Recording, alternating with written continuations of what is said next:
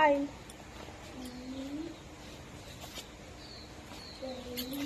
রান্না করছি।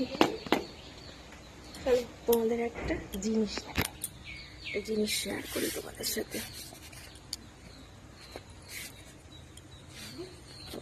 এক মিনিট, আমি বাইরে আছি এখন।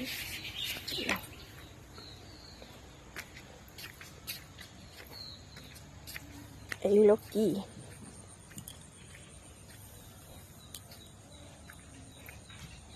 কত শাপলা শুয়ে আছে।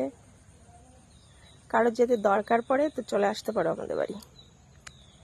অ্যাকচুয়ালি একজন রেখে গেছে, তাদের মানে উঠোনে ভীষণ কাদা হয়, তো ওই জন্য এখান থেকে রেখে গেছে, এই দিক দিয়ে নিয়ে চলে যাবে বাজারে। তাই টাটা।